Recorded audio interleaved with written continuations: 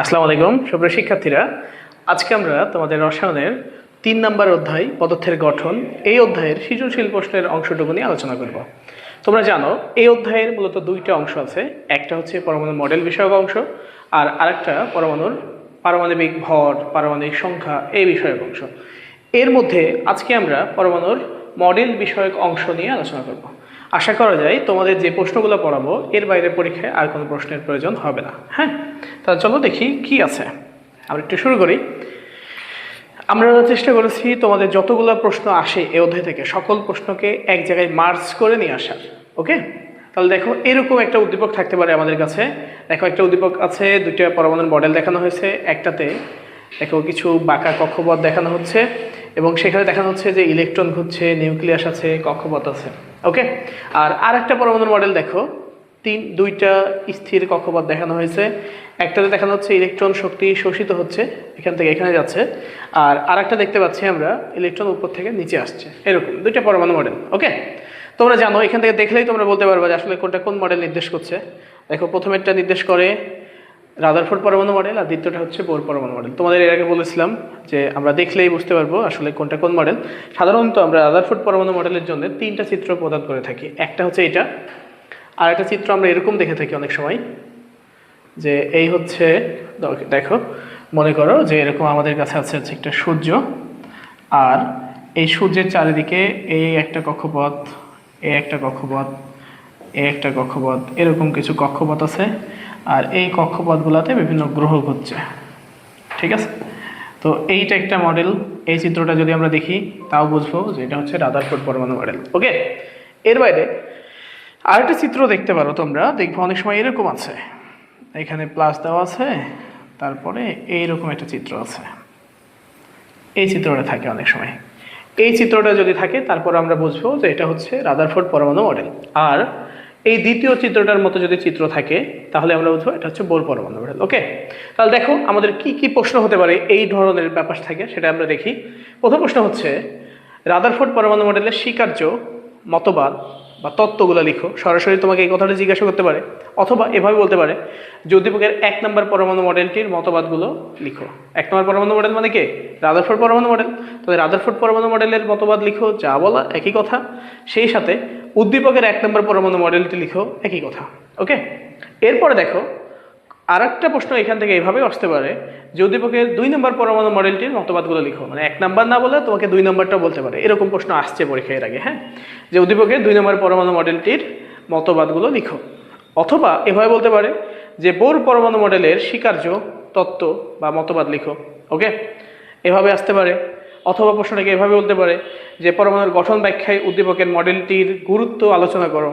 যখন কোনো পরমাণুর মডেল ব্যাখ্যায় কথা বলবে বা পরমাণুর গঠন ব্যাখ্যার কথা বলবে তখন অবশ্যই সেটা বোর পরমাণু মডেল আসবে। ঠিক আছে, কারণ বোর পরমাণু মডেল সবচাইতে ভালো পরমাণুর মডেলকে ব্যাখ্যা করতে পারে। ওকে, তাহলে এই ব্যাপার গেল।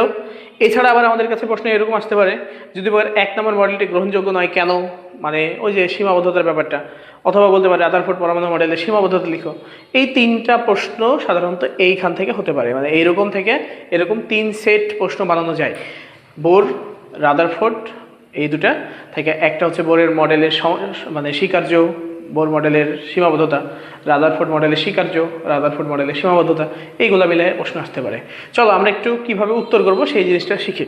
ঠিক আছে, তাহলে দেখো প্রথমেই আমরা প্রথম অংশটা নিয়ে আসছি যে রাদারফোর্ড পরমাণু মডেলের স্বীকার্য তত্ত্ব বা মতবাদ লিখো। অথবা ধরো এভাবে আসছে, এই দ্বিতীয় অংশটাকে ফোকাস করে আমরা উত্তর করব যে উদ্দীপকের, ধরো আমাদেরকে এটা বলেছে যে উদ্দীপকের 1 নম্বর পরমাণু মডেলটির মতবাদগুলো লিখো। 1 নম্বর পরমাণু মডেলটা কি ছিল? 1 নম্বর পরমাণু মডেল এটা হচ্ছে কার? এটা হচ্ছে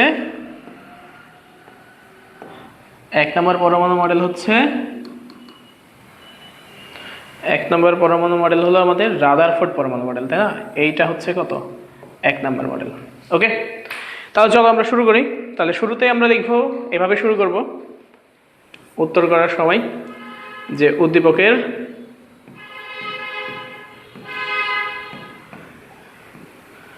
1 নম্বর, অথবা এ বলতে পারে, বি বলতে পারে, যেভাবে খুশি সেভাবে থাকবে, আর আমরা সেই অনুযায়ী উত্তর করব।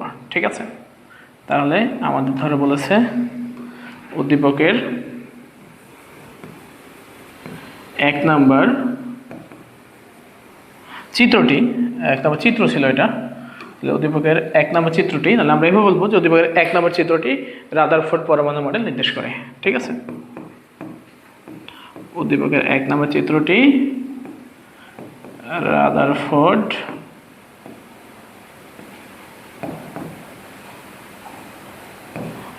পরমাণু মডেল নির্দেশ করে।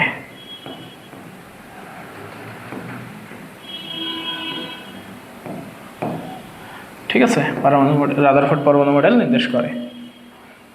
এরপরে আরেকটু এই সম্বন্ধে ইনফরমেশন দিব যে 1911 সালে বিজ্ঞানী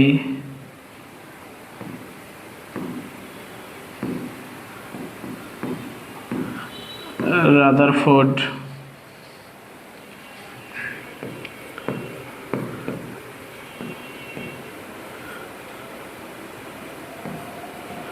এই মডেলটি প্রদান করেন। ঠিক আছে, তো 1911 সালে বিজ্ঞানী রাদারফোর্ড এই মডেলটি প্রদান করেন। মডেলটির স্বীকার্যগুলো, মডেলটির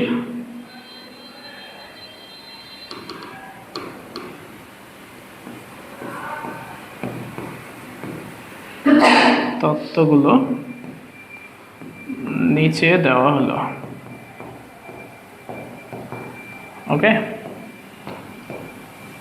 মডেলের তত্ত্বগুলো নিচে দেওয়া হলো। ওকে, দেখো এখানে 3টা পয়েন্ট মেনলি আমরা ফোকাস করব। এক নম্বর পয়েন্টে এভাবে আসে যে পরমাণুর কেন্দ্রে একটা ভারী বস্তু বিদ্যমান, এর নাম নিউক্লিয়াস। নিউক্লিয়াসে ধনাত্মক চার্জযুক্ত প্রোটন এবং নিউট্রন অবস্থান করে, তাই না? তাহলে পরমাণুর কেন্দ্রে শুরু করি আমরা, চলো তাহলে আমরা বলি পরমাণুর কেন্দ্রে একটি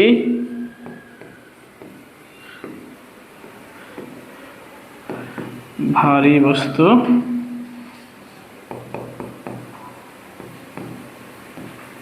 বিদ্যমান,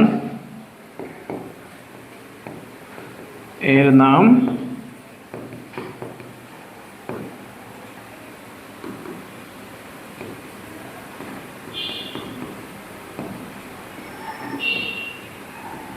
নিউক্লিয়াস। ঠিক আছে, নিউক্লিয়াসে কে থাকে? নিউক্লিয়াসে ধনাত্মক আধান বিশিষ্ট, নিউক্লিয়াসে ধনাত্মক আধান বিশিষ্ট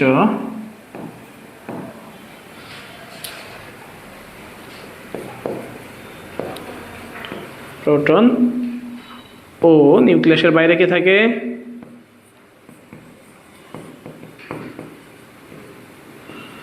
নিউক্লিয়াসের বাইরে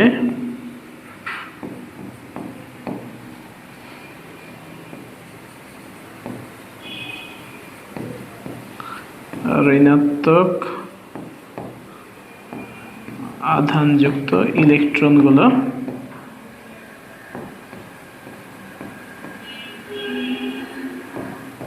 অবস্থান করে।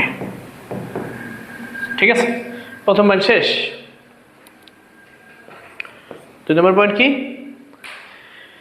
2 নম্বর হচ্ছে নিউক্লিয়াস অত্যন্ত ক্ষুদ্র এবং পরমাণুর ভেতরে বেশিরভাগ জায়গায় ফাঁকা, তাই না? তাহলে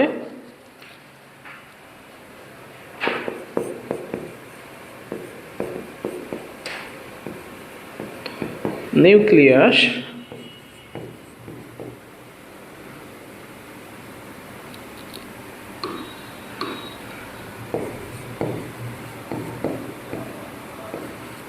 অত্যন্ত ক্ষুদ্র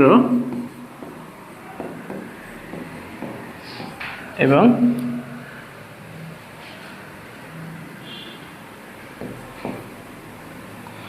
নিউক্লিয়াস অত্যন্ত ক্ষুদ্র এবং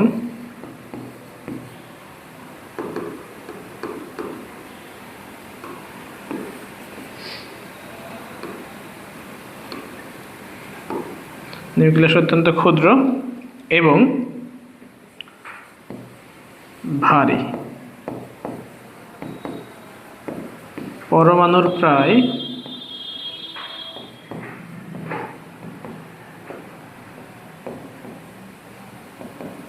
সমস্ত ভর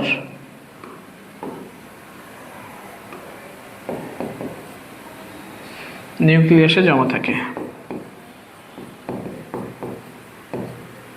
নিউক্লিয়াসে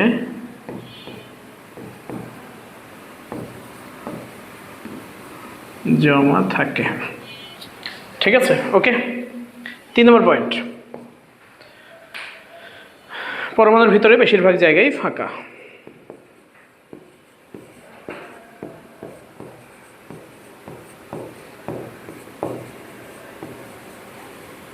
পরমাণুর ভিতরে বেশিরভাগ জায়গায়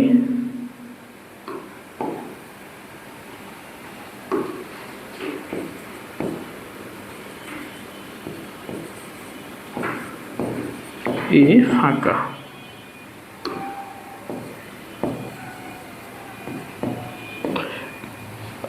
ঠিক আছে, আর কি ছিল? আরেকটা পয়েন্ট আমরা এভাবে নিয়ে আসতে পারি,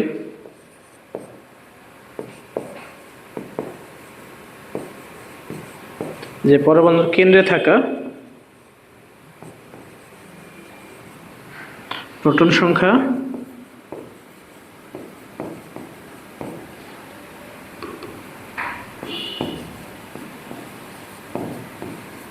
ও কক্ষপথে থাকা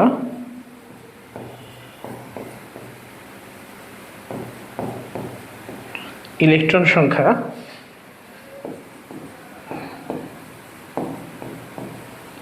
সমান। ওকে, আর কি? যেহেতু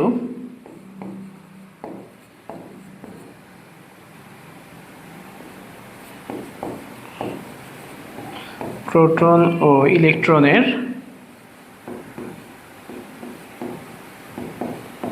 চার্জ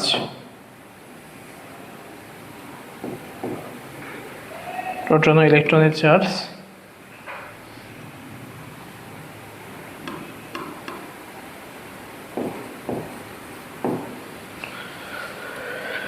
কেমন? সমান ও বিপরীত চিহ্নের। সমান ও বিপরীত চিহ্নের, তাই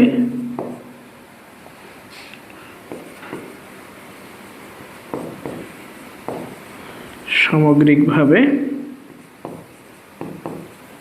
পরমাণু চার্জ নিরপেক্ষ। ওকে, হলো? আর কি ছিল? লাস্ট আরেকটা পয়েন্ট আছে, ওই যে সৌরজগতের সাথে তুলনা করেছিল, ওই পয়েন্টটা আমরা নিয়ে আসবো। ঠিক আছে, ওই সময় সৌরজগতে খুব আলোচনা হতো, এই জন্য সৌরজগতের সাথে তুলনা করেছিল। তাহলে সৌরজগতে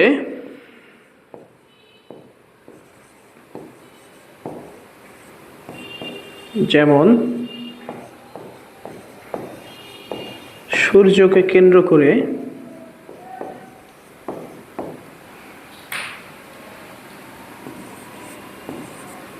গ্রহগুলো ঘুরে, ঠিক তেমনভাবে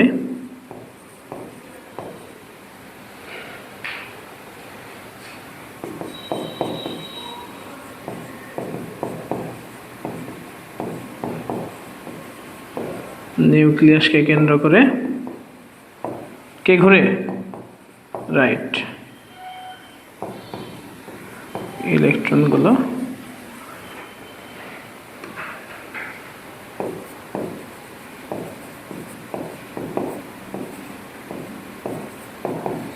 ঘুরতে থাকে। ঠিক আছে,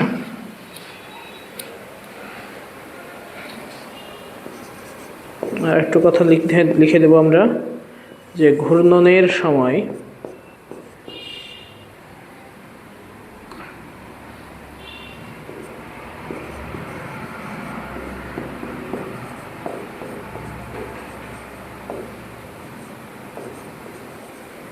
ইলেকট্রনের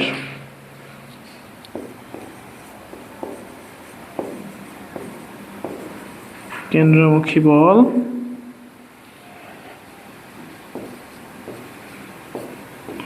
ও কেন্দ্র বিমুখী বল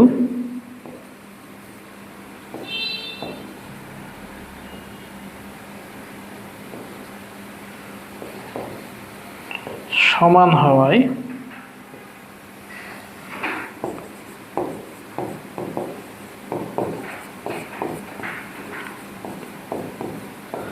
ইলেকট্রনগুলো ছিটকে চলে যায় না।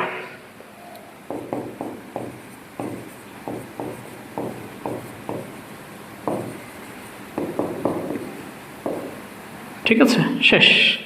ওকে, তাহলে আমরা দেখো এভাবে বলতে পারি, শুরুতে নিয়ে আসবো যে পরমাণু মডেলটা কে। তাহলে উদ্দীপকের পরমাণু মডেলটি রাদারফোর্ড পরমাণু মডেলকে নির্দেশ করে। 1911 সালে বিজ্ঞানী রাদারফোর্ড উক্ত মডেলটি প্রদান করেন। ওকে, তারপরে মডেলটির তত্ত্বগুলো নিচে দেওয়া হলো। এবার আমরা এইভাবে বলবো যে পরমাণুর কেন্দ্রে একটা ভারী বস্তু আছে, এই বস্তুটার নাম হচ্ছে নিউক্লিয়াস। মানে ওই পয়েন্টগুলো নিয়ে আসবো। নিউক্লিয়াস ধনাত্মক আধান বিশিষ্ট প্রোটন ও ঋণাত্মক আধান বিশিষ্ট, নিউক্লিয়াসের বাইরে ঋণাত্মক আধান বিশিষ্ট বা ঋণাত্মক আধানযুক্ত ইলেকট্রন অবস্থান করে। ওকে, তারপরে নিউক্লিয়াস অত্যন্ত ক্ষুদ্র এবং ভারী। পরমাণুর প্রায় সমস্ত ভর নিউক্লিয়াসে জমা থাকে বা পুঞ্জীভূত থাকে, যেভাবে খুশি লিখতে পারো। তারপরে আরেকটা পয়েন্ট এভাবে নিয়ে আসবো, নিউক্লিয়াস অত্যন্ত ক্ষুদ্র এবং ভারী হলো। পরমাণুর ভেতরে বেশিরভাগ জায়গা ফাঁকা। 4 নম্বর পয়েন্ট হচ্ছে পরমাণুর কেন্দ্রে থাকা প্রোটন সংখ্যা ও কক্ষপথে থাকা ইলেকট্রন সংখ্যা সমান। যেহেতু প্রোটন ও ইলেকট্রনের চার্জ সমান ও বিপরীত চিহ্নের, তাই সামগ্রিকভাবে পরমাণুর চার্জ নিরপেক্ষ। ওকে, 5 নম্বর পয়েন্ট হচ্ছে সৌরজগতে যেমন সূর্যকে কেন্দ্র করে গ্রহগুলো ঘুরে, ঠিক তেমনভাবে নিউক্লিয়াসকে কেন্দ্র করে ইলেকট্রনগুলো ঘুরতে থাকে। ঘূর্ণনের সময় ইলেকট্রনের কেন্দ্রমুখী বল এবং কেন্দ্রবিমুখী বল সমান হওয়ায় ইলেকট্রনগুলো ছিটকে যায় না। এই হচ্ছে আমাদের রাদারফোর্ড পরমাণু মডেলের স্বীকার্য। ওকে, হলো। তারপরে দেখো পরের প্রশ্ন কি ছিল। পরের প্রশ্ন এরকম ছিল যে উদ্দীপকের 2 নম্বর পরমাণু মডেলটির মতবাদগুলো লিখো। 2 নম্বর পরমাণু মডেলটা কে ছিল একটু মনে করি, দেখি আমরা পারি কিনা। দেখো 2 নম্বর পরমাণু মডেল কে? 2 নম্বর পরমাণু মডেল আমরা দেখতে পাচ্ছি কিছু নির্দিষ্ট কক্ষপথ আছে, ইলেকট্রন একটা কক্ষপথ থেকে আরেকটা কক্ষপথে যাচ্ছে। এই ব্যাপারটা কাকে নির্দেশ করে? 2 নম্বর পরমাণু মডেল। তার মানে এটা হচ্ছে কে?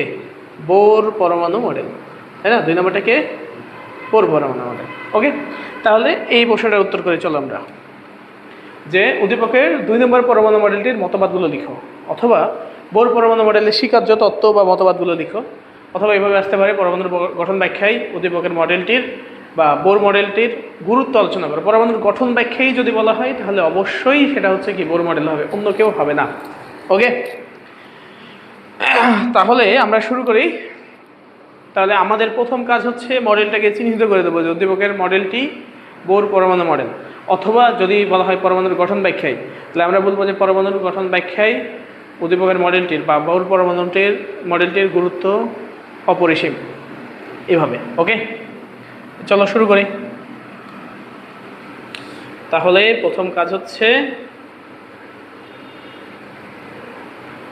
উদ্দীপকের 2 নম্বর মডেলটি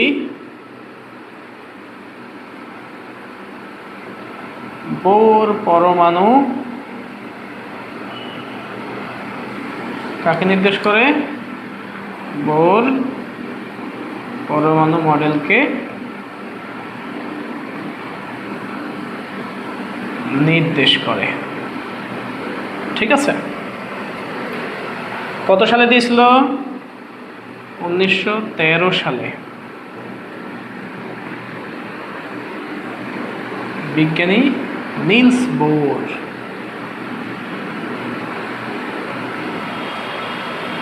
মডেলটি প্রদান করেন।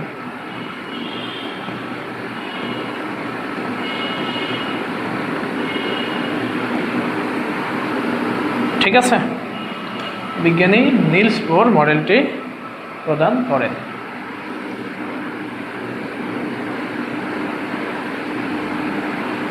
পরমাণুর গঠন ব্যাখ্যায়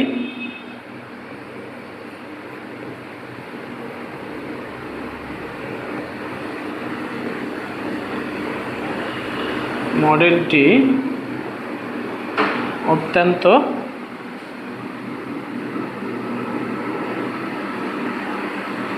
কার্যকরী। ঠিক আছে, নিচে মডেলটির স্বীকার্যগুলো লেখা হলো।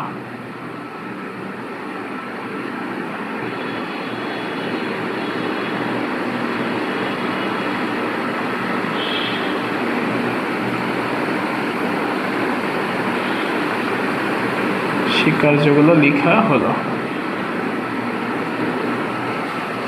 চলো লিখি এবার 1 নম্বর পয়েন্ট। কি কি কাজ করেছিল দেখো। বিজ্ঞানী বোর রাদারফোর্ডের যে ঝামেলাগুলো হয়েছিল, যে সমস্যাগুলো ছিল, সেই সমস্যাগুলো সমাধান করেছিল। রাদারফোর্ডের সমস্যা কি কি ছিল মনে আছে তোমাদের? দেখো, সে কিন্তু বলেছে ইলেকট্রনগুলো ঘুরে নিউক্লিয়াসকে কেন্দ্র করে, কিন্তু কত দূর দিয়ে ঘুরে, কিভাবে ঘুরে, বৃত্তাকার কক্ষপথ নাকি উপবৃত্তাকার কক্ষপথ, এই কোনো ধারণা সে দেয় নাই। তার মানে কক্ষপথের আকার আকৃতির সম্বন্ধে ধারণা দেয় নাই। এই ব্যাপারটা ধারণা বিজ্ঞানী বোর দিয়েছে। দ্বিতীয়ত, রাদারফোর্ড কখনো বলে নাই যে ইলেকট্রনগুলো কিভাবে মানে ঘুরলে তাদের বেগ কত হবে, ভরবেগ কত হবে, এরকম কিছু বলে নাই, এটা সে বলেছে। 3 নম্বর পয়েন্ট হচ্ছে, রাদারফোর্ড দেখো বলেছিল ইলেকট্রনগুলো ঘুরে, তখন ওখানে একটা ম্যাক্সওয়েলের তত্ত্ব ছিল, তোমরা পড়েছো এর আগে। ম্যাক্সওয়েলের তত্ত্ব কি ছিল? যে ইলেকট্রন যখন নিউক্লিয়াসকে কেন্দ্র করে ঘুরবে তখন সে ক্রমাগত শক্তি হারাবে, এক জায়গায় এক সময় হয়ে যাবে, মানে এক সময় এক জায়গায় হয়ে যাবে। ওকে, তাহলে এইটার বিপরীতে কিছু একটা ব্যাখ্যা দিতে হবে। 4 নম্বর আরেকটা ব্যাপার ছিল যে বিজ্ঞানী রাদারফোর্ড কখনো বর্ণালীর ব্যাখ্যা দিতে পারে নাই। এই বর্ণালীর ব্যাখ্যাটাও বিজ্ঞানী নিলস বোর দিয়েছে। তাহলে এই ব্যাপারগুলোই হচ্ছে বোর পরমাণু মডেলের মতবাদ আসলে। ঠিক আছে, তাহলে 1 নম্বর পয়েন্টে সে এইভাবে বলেছে যে পরমাণুতে প্রথম কথা হচ্ছে পরমাণুতে ইলেকট্রনগুলো নিজেদের ইচ্ছা মতো ঘুরতে পারবে না। ওকে, তাহলে প্রথম পয়েন্টটাকে আমরা এভাবে বলবো যে কক্ষপথের ধারণা। ঠিক আছে, প্রথমে কিসের ধারণা দিল? প্রথমে ধারণা দিল কক্ষপথের ধারণা। ঠিক আছে, কক্ষপথের ধারণা। কক্ষপথের ধারণাটা কি? তাহলে পরমাণুতে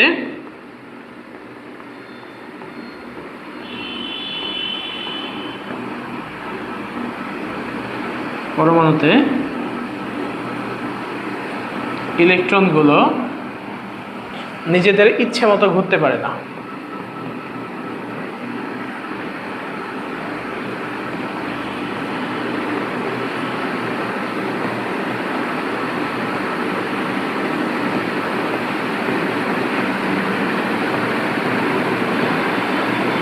ঘুরতে পারে না। এরা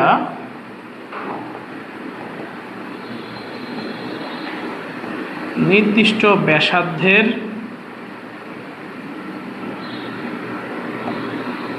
কি হয়ে গেল, এরা নির্দিষ্ট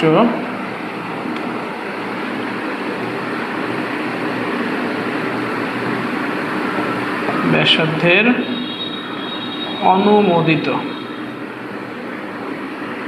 আবার কক্ষপথগুলো কেমন? বৃত্তাকার।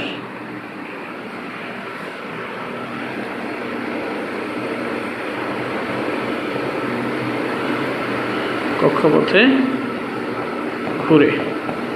এদের কি বলে? এদেরকে প্রধান শক্তি স্তর বা অরবিট বা স্থির কক্ষপথ বলে। ঠিক আছে, একে এন দ্বারা, ছোট হাতের এন, হ্যাঁ,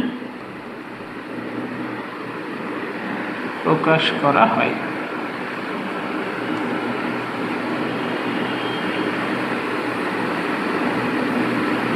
দ্বারা প্রকাশ করা হয়। এন ইকুয়াল হবে 1, 2, 3, 4 ইত্যাদি।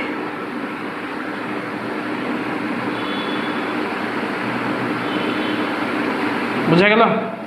আরেকটু তথ্য দিব। এন ইকুয়াল 1 হলে তার নাম হচ্ছে কে সেল। এন ইকুয়াল 2 হলে এল সেল,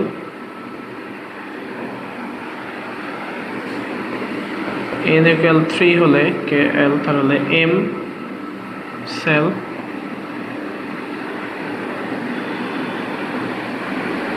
n ইকুয়াল 4 হলে এল সেল ইত্যাদি নামে নামকরণ করা হয়। ঠিক আছে, নামকরণ করা হয়। হলো প্রথম পয়েন্ট শেষ। 2 নম্বর পয়েন্টে সে ধারণা দিয়েছিল কিসের, মনে আছে? 2 নম্বর পয়েন্টে ধারণা দিয়েছিল কৌণিক ভরবেগ ধারণা। তাহলে আমরা এটা নিয়ে আসবো যে কৌণিক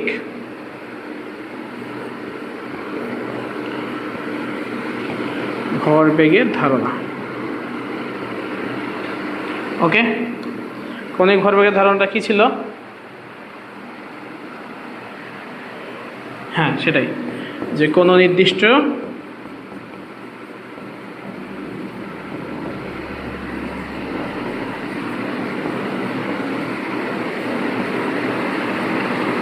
কক্ষপথে ঘূর্ণনের সময়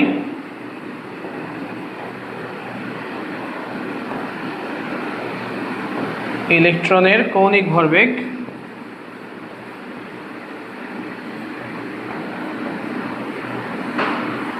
হবে কত? mvr ইকুয়াল হচ্ছে nh/2π। ওকে, যেখানে এবার এদের একটু পরিচয় দিতে হবে। এম কি? এম হচ্ছে ইলেকট্রনের ভর, ইলেকট্রনের ভর। ভি হচ্ছে ইলেকট্রনের বেগ।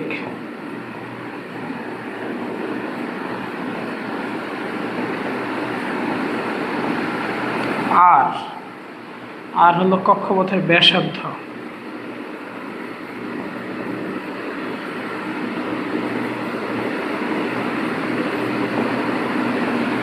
কক্ষপথের ব্যাসার্ধ। তারপরে আর কি আছে? এন আছে আর এইচ আছে, তাই না? এন কক্ষপথ নম্বর,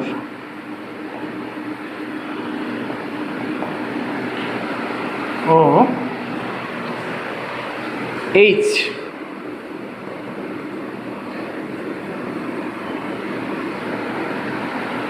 প্ল্যাঙ্ক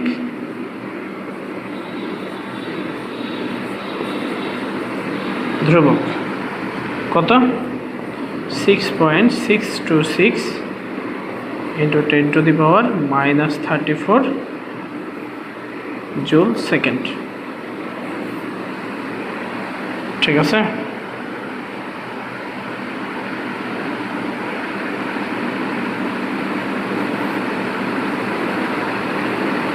হলো। এই হচ্ছে 2 নম্বর পয়েন্ট। ওকে, আরেকটা পয়েন্ট ছিল, তাহলে 3 নম্বর পয়েন্ট নিয়ে আসি এবার আমরা।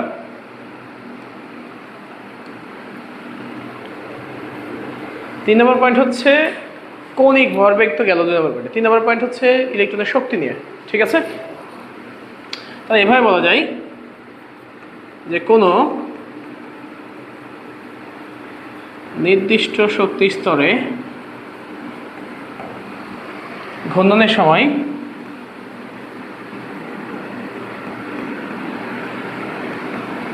কোনো নির্দিষ্ট শক্তি স্তরে ঘূর্ণনের সময় ইলেকট্রন সমূহ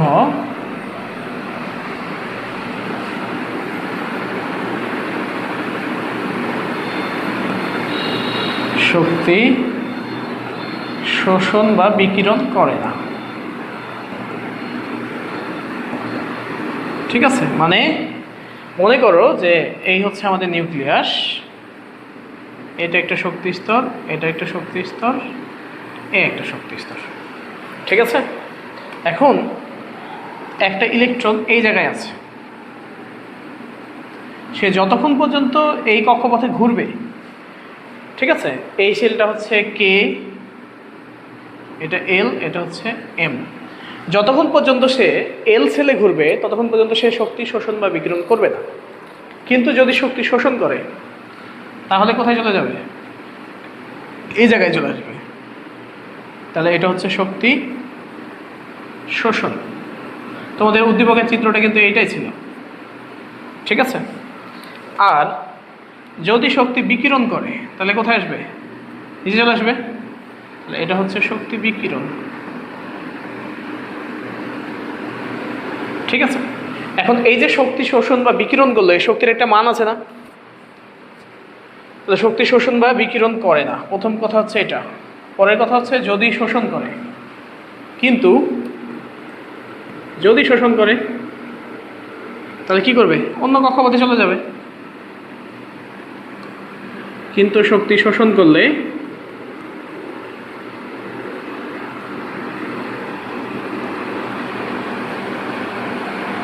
উচ্চ শক্তি স্তরে এবং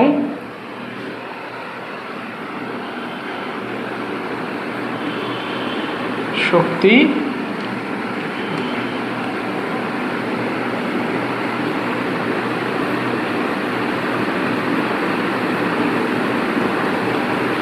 বিকিরণ করলে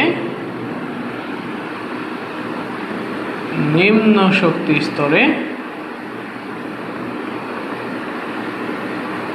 গমন করে, ঠিক আছে। এই শক্তির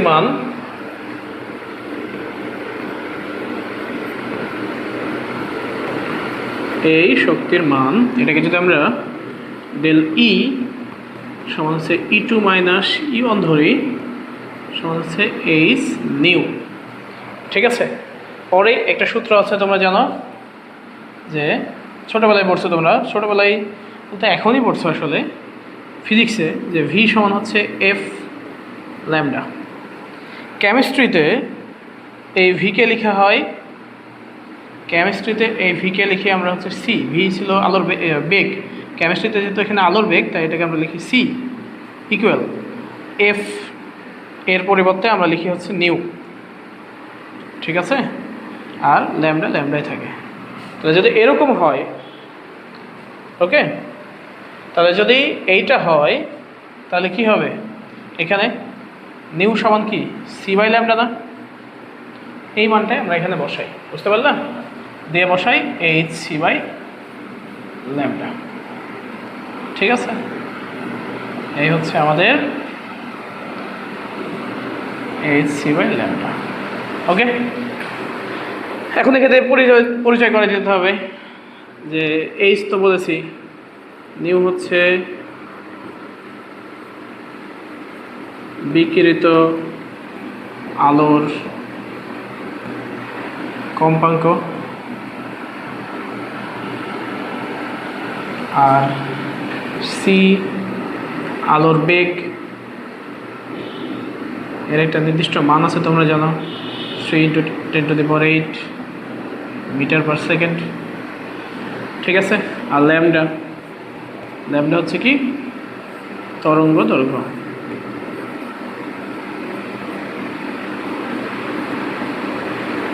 তরঙ্গ দৈর্ঘ্য, ওকে। এখন আরেকটা পয়েন্ট লিখব, যে এই বিকিরিত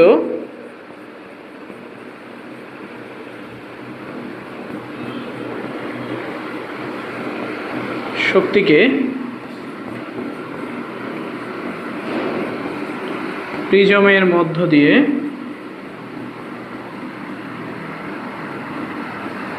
পার করালে বিভিন্ন বর্ণের আলো পাওয়া যায়।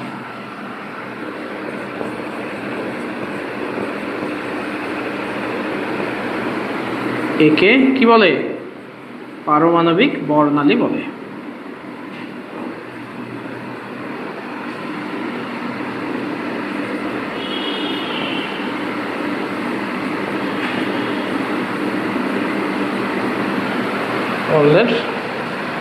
আলোর রেখা পাওয়া যায়। এই হচ্ছে আমাদের বোর পরমাণু মডেলের স্বীকার্য। ওকে, চলো দেখি আর কি প্রশ্ন হতে পারে। দেখো এগুলো সাধারণত গয়ে ঘয়ে যে কোনোটাই আসতে পারে। এখন তোমাকে ঘ নাম্বারে ধরা এরকম জিজ্ঞাসা করছে যে উদ্দীপকের 1 নম্বর মডেলটি গ্রহণযোগ্য নয় কেন, বিশ্লেষণ করো। অথবা প্রশ্ন করতে পারে রাদারফোর্ড পরমাণু মডেলের সীমাবদ্ধতা লিখো।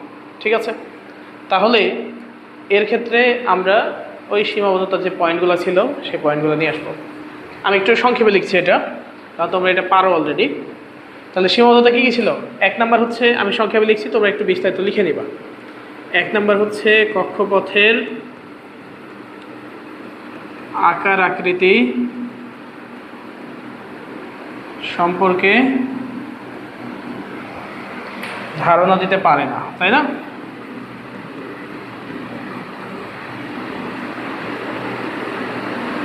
পারে না। ওকে, 2 নম্বর পয়েন্ট কি?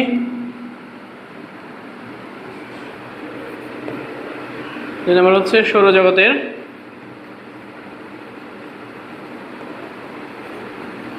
সূর্য ও গ্রহগুলো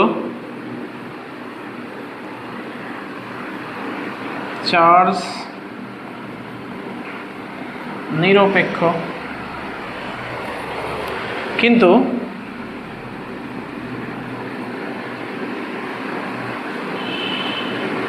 প্রোটন ধনাত্মক ও ইলেকট্রন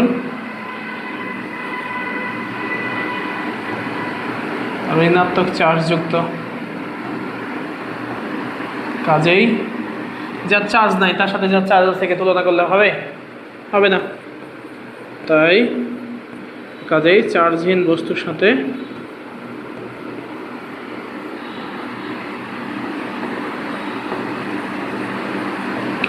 চার্জযুক্ত বস্তুর তুলনা সঠিক নয়। ওকে, 3 নম্বর হচ্ছে ম্যাক্সওয়েলের তত্ত্ব। এটা তোমাদের বিস্তারিত পড়ানো হয়েছে যখন আমরা সংক্ষিপ্ত প্রশ্ন পড়ছিলাম ওই জায়গায়, এই জন্য এটাকে আমরা অত ডিটেলস আর লিখবো না। 3 নম্বর হচ্ছে ম্যাক্সওয়েলের তত্ত্ব। ওকে, এটা ব্যাখ্যা করবো 3 নম্বর পয়েন্টে। 4 নম্বর পয়েন্টে আসবে আমাদের এই মডেলে বর্ণালীর ধারণা দেওয়া হয়নি। ঠিক আছে, বর্ণালীর ধারণা দেওয়া হয়নি। ওকে, এই মোটামুটি আমাদের হচ্ছে রাদারফোর্ড মডেলের সীমাবদ্ধতা। আরও টুকটাক লেখা যায়, সেগুলো আর না বলি আমরা এ পর্যন্ত। আরেকটা প্রশ্ন দেখো, এবার বলছে বি মডেলের সর্বশেষ শক্তি স্তরে ঘূর্ণায়মান। 2টা মডেল আগের মতোই, তোমরা চিনতেই পারছো কোনটা কোন মডেল। এ হচ্ছে রাদারফোর্ড পরমাণু মডেল আর বি হচ্ছে বোর পরমাণু মডেল। এখন আমাদের প্রশ্ন বলছে বি মডেলের সর্বশেষ শক্তি স্তরে ঘূর্ণায়মান ইলেকট্রনের কৌণিক ভরবেগ নির্ণয় করো। ঠিক আছে, অথবা আমাদের প্রশ্নটা এভাবে থাকতে পারে যে উদ্দীপকের মডেলটির দ্বিতীয় কক্ষপথে কৌণিক ভরবেগ বা চতুর্থ কক্ষপথে কৌণিক ভরবেগ নির্ণয় করো। অথবা এভাবে থাকতে পারে কে সেল, এল সেল, এম সেল, এই সেলে মানে কৌণিক ভরবেগ নির্ণয় করো। ঠিক আছে, এভাবে থাকতে পারে। আর কি প্রশ্ন থাকতে পারে? পরমাণুর মডেলে গঠন ব্যাখ্যায় উদ্দীপকের কোন মডেলটি অধিক উপযোগী বিশ্লেষণ করো। উদ্দীপকের কোন মডেলটি অধিক গ্রহণযোগ্য মতামত দাও। অথবা বোর পরমাণু মডেলের সাফল্য লিখো। অথবা উদ্দীপকের কোন মডেলটি পরমাণুর গঠন ব্যাখ্যায় অধিক উন্নত মতবাদ বিশ্লেষণ করো। যে কোনো প্রশ্নটাই আসতে পারে। ওকে, চলো আমরা এর উত্তর করার চেষ্টা করি। তাহলে একটু খেয়াল করো, এখানে শেষ কক্ষপথটা কত, এটা দিয়ে আমরা উত্তর করবো। আসলে উদ্দীপকের সর্বশেষ শক্তিস্তর যেটা আছে এই উত্তরটা করবো আমরা। হ্যাঁ, আমাদের বলেছে যে উদ্দীপকের সর্বশেষ শক্তি স্তরে ঘূর্ণায়মান ইলেকট্রনের কৌণিক ভরবেগ নির্ণয় করো। সর্বশেষ শক্তি স্তরটা কত সেটা দেখি আমরা। দেখো এই মাঝের এটা হচ্ছে প্লাস এবং এটা প্লাসকে ঘিরে আছে, তার মানে এটা নিউক্লিয়াস বোঝানো হয়েছে, তার মানে ওটা শক্তি স্তর না। তাহলে এটা হচ্ছে শক্তি স্তর নাম্বার 1, এটা হলো শক্তি স্তর নাম্বার 2, এটা হচ্ছে শক্তি স্তর নাম্বার 3। তার মানে সর্বশেষ শক্তি স্তর কত? 3 নম্বর শক্তি স্তর। এবং মজার ব্যাপার হচ্ছে তোমাদের সুবিধার জন্য এখানে একটা মান দেওয়া আছে, যেই মানটা নিয়ে তোমরা নর্মালি ঝামেলায় পড়ো সেই এইচ এর মানটা দেওয়া আছে। আমরা এটাকে কিন্তু জুল সেকেন্ড লিখছিলাম না, জুল সেকেন্ড আর metre square KG per second একই কথা, ঠিক আছে? তো এইরকম সাধারণত এটা দেওয়া থাকে, তবে অনেক সময় অনেক টিচার এটা দেয় না, সেটা নির্ভর করে যে টিচার প্রশ্ন করছে তার মুডের উপরে যে তিনি কীভাবে নিচ্ছেন। ওকে, তাহলে চলো আমরা এর উত্তর করি এই অংশটা দিয়া, এটা দিয়া, ঠিক আছে? তাহলে আমরা যেটা করব সেটা হচ্ছে বি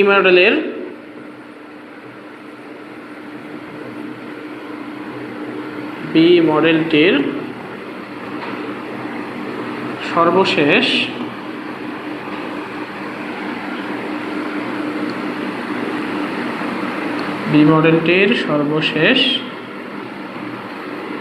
শক্তি স্তরের জন্য n = 3। এবার দেখো আমরা কি জানি, আমরা জানি কৌণিক ভরবেগ, তাই না?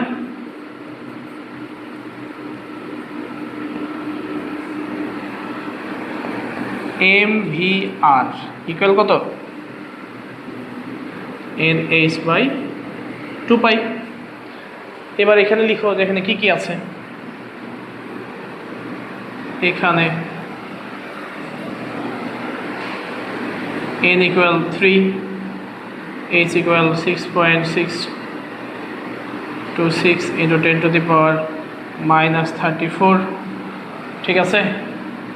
Metre square KG per second. আর কি লাগবে?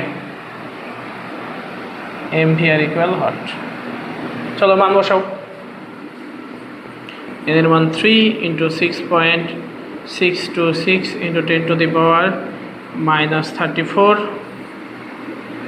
Metre square KG per second, divide নিচে হচ্ছে 2 × 3.1416। কত হয় দেখো তো হিসাব করলে? আমরা একটু দেখি এটাকে হিসাব করলে আমরা কত পাই। ওকে, আমরা যদি হিসাব করি তাহলে আসে, একটু দেখি আমরা, 3 × 6.626 × 10⁻34/2 × 3.1416, তাহলে আসে 3.16 × 10⁻34 metre square KG per second. এই হচ্ছে আমাদের অ্যান্সার, ঠিক আছে? হলো। এখন দেখো এই প্রশ্নের আমাদের সেকেন্ড আর একটা পার্ট আছে। অনেক সময় তোমার কাছে কৌণিক ভরবেগ না চেয়ে বলে বেগ নির্ণয় করো, ঠিক আছে? বলেছে যে কক্ষপথটিতে ইলেকট্রনের বেগ নির্ণয় করো। চলো তো দেখি আমরা এই ধরনের প্রশ্ন আমরা সলভ করতে পারি কিনা, যে কক্ষপথটিতে ইলেকট্রনের বেগ নির্ণয় করো। উদাহরণ হিসেবে আমরা চতুর্থ কক্ষপথ নিলাম, যে চতুর্থ কক্ষপথে ইলেকট্রনের বেগ। ওকে, তাহলে চলো আমরা দেখি যে আমরা জানি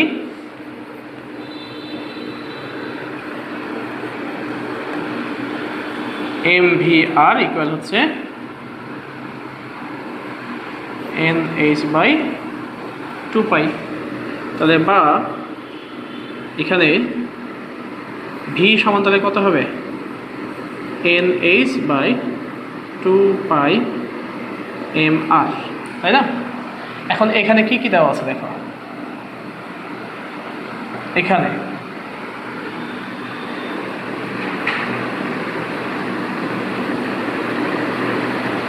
ইলেকট্রনের ভর m ইকুয়াল কত ছিল? 9.11 × 10⁻31 কেজি। হলো। তারপরে কি আছে?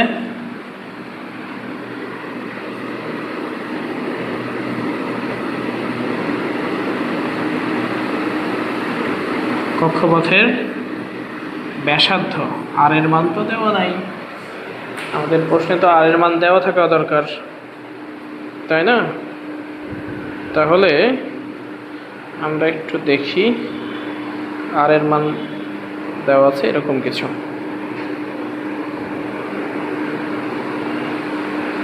আচ্ছা, বাকিগুলো আমরা লিখতে থাকি।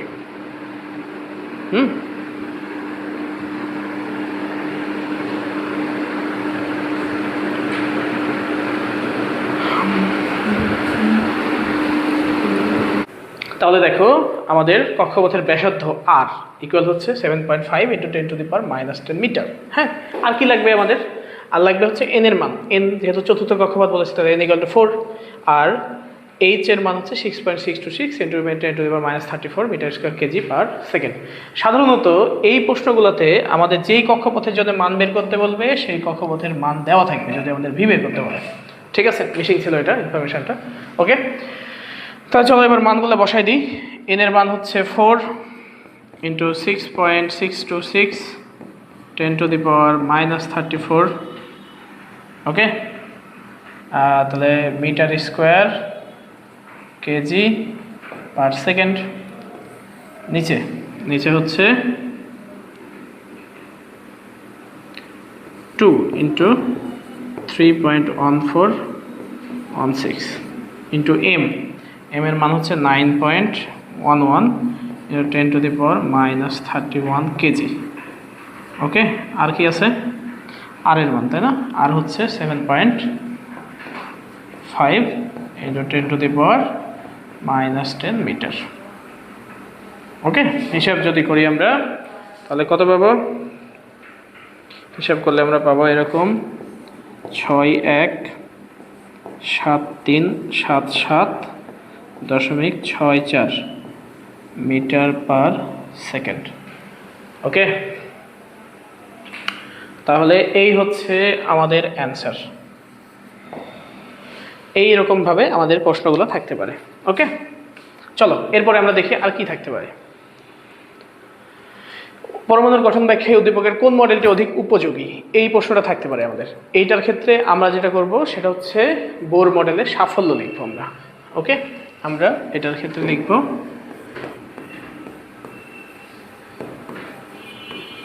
বোর মডেলের সাফল্য। 1 নম্বর পয়েন্ট হচ্ছে যে কক্ষপথ নিয়ে, পয়েন্টগুলো একটু আমি সংক্ষেপে লিখছি, তোমরা একটু বলবা। 1 নাম্বার হচ্ছে কক্ষপথ, ঠিক আছে। 2 নাম্বার হচ্ছে আকার আকৃতি। 3 নাম্বার হচ্ছে কৌণিক ভরবেগ।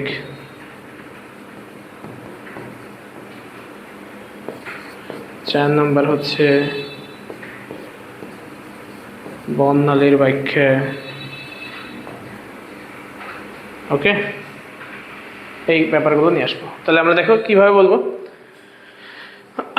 তো আমরা জানো যে কারো সাফল্যের পেছনে অবশ্যই কারো ব্যর্থতা থাকবে, কারণ কেউ যদি ব্যর্থ না হয় তাহলে তুমি সাফল্য বুঝতে পারবে না। ধরো উদাহরণ হিসেবে 1 লক্ষ পরীক্ষার্থী পরীক্ষা দিল। এখন পরীক্ষা দিয়ে এর মধ্যে A+ পাইছে 1 লক্ষ জন। এখন তুমি যদি এই লিস্টে A+ পাও তাহলে কি তোমার A+ এর কোনো ভ্যালু আছে এখানে? কেউ তোমাকে বলবে যে তুমি মেধাবী?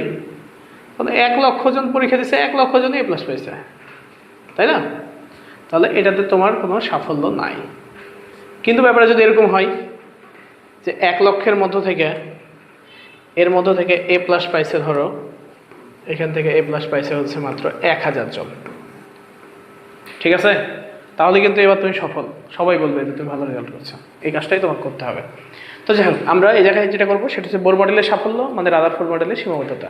তাই আমরা প্রথম কথাটা এভাবে নিয়ে আসবো, 1 নম্বর পয়েন্ট এভাবে নিয়ে আসবো যে রাদারফোর্ড মডেলে কক্ষপথ সমূহকে সৌরজগতের সাথে তুলনা করা হয়েছিল, যে এটি সঠিক নয়। কিন্তু বোর মডেলে কক্ষপথে নির্দিষ্টভাবে বর্ণনা দেওয়া হয়েছে। এখানে বলা হয়েছে কক্ষপথগুলো বৃত্তাকার এবং এদেরকে এন দ্বারা প্রকাশ করা হয়। এর মান 0, এন এর মান 1 2 3 4 5 ইত্যাদি। n = 1 হলে কে সেল, তারপরে L cell, M cell, N cell ইত্যাদি। ওকে, 2 নম্বর পয়েন্ট হচ্ছে রাদারফোর্ড পরমাণু মডেলে কক্ষপথের আকার আকৃতি সম্বন্ধে কোনো ধারণা দেওয়া হয়নি, কিন্তু বোর পরমাণু মডেলে বলা হয়েছে।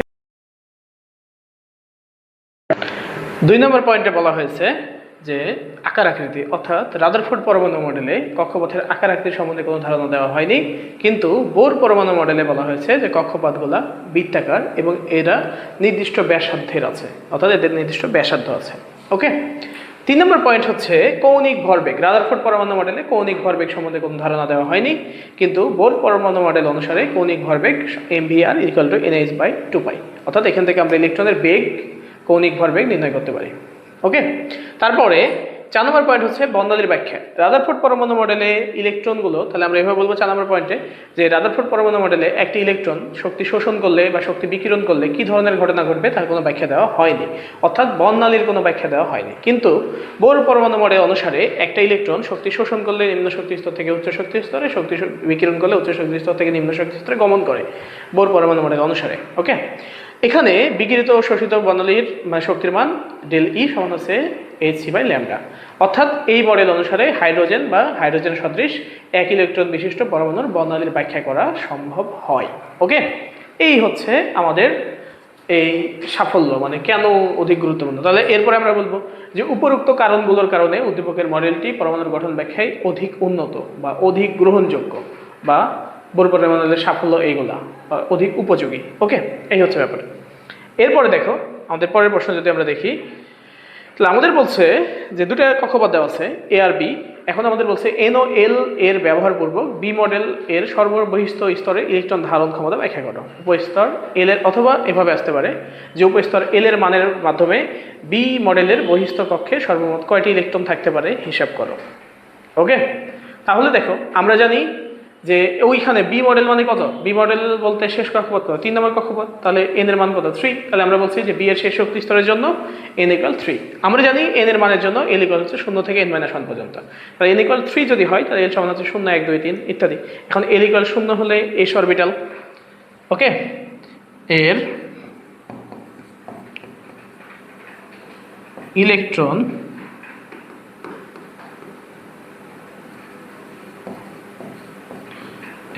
ইলেকট্রন ধারণ ক্ষমতা কত, 2 × 2l+1 ইকুয়াল 2 × 2 × 0 + 1, তার মানে 2 0, 2 0 = 0 গুণ যোগ 1 তাহলে 1 সমান হচ্ছে 2টি। ঠিক আছে, তারপরে l ইকুয়াল, পরেরটা লিখি যে l = 1, অর্থাৎ পি অরবিটাল এর ইলেকট্রন ধারণ ক্ষমতা তাহলে সমান হচ্ছে 2 × 2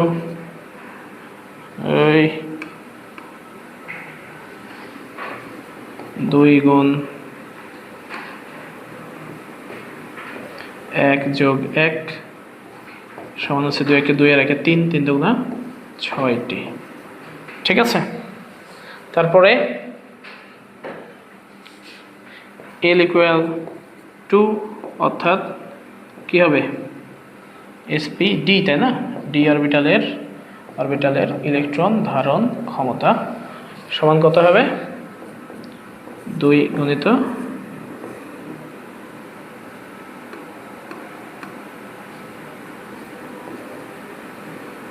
2 × 2, তাই না, যে ডি এর মান 2, এল এর মান +1 ইকুয়াল 2 × 4 = 5, 5 × 2 = 10টি। এবার মোট করে দাও, দিয়ে বলো যে অতএব n = 3 কক্ষপথের মোট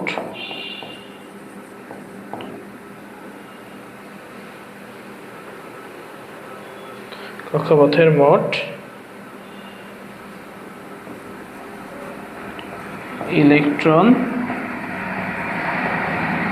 ধারণ ক্ষমতা ইকুয়াল কত,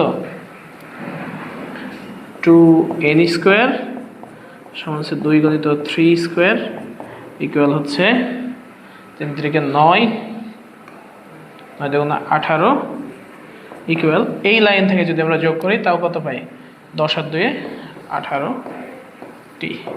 শেষ। ঠিক আছে, এরপরে আমরা বলবো যে অতএব বি মডেলের বহিস্থ কক্ষপথে মোট 18টি ইলেকট্রন থাকতে পারে। এই হচ্ছে আমাদের এখান থেকে। আপাতত এই পর্যন্তই। আজকে আমাদের পরমাণু মডেলের আমরা আলোচনা করেছি মডেল বিষয়ক ব্যাপার স্যাপার নিয়ে, ঠিক আছে? তাহলে ভালোভাবে খেয়াল রাখতে হবে, পড়াশোনা করতে হবে। আশা করা যায় যে তোমরা ভালো রেজাল্ট করবা। ওকে, আগামী ক্লাসে দেখা হবে তোমাদের সাথে এই অধ্যায়ের পারমাণবিক ভর, আপেক্ষিক পারমাণবিক ভর, আইসোটপ এই বিষয়ক গাণিতিক সমস্যাগুলো নিয়ে।